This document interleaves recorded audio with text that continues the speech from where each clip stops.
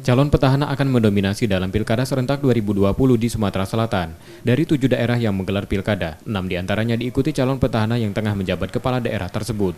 Terdapat 10 calon petahana yang akan bertarung di pilkada, Musirawas, Muratara, Ogan Ilir, Pali, Oku, dan Oku Selatan.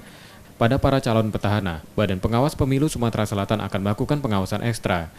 Posisi petahana membuat mereka lebih rawan dengan potensi pelanggaran, antara lain penyalahgunaan wewenang, pengerahan ASN, hingga pemanfaatan fasilitas pemerintah untuk kepentingan pencalonan.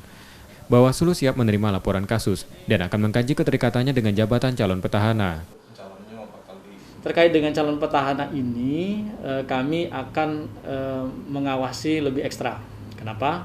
Karena di situ ada potensi pelanggaran, seperti misalnya penyalahgunaan wewenang, ya, yang mungkin selama ini ASN bekerja ya dengan petahana.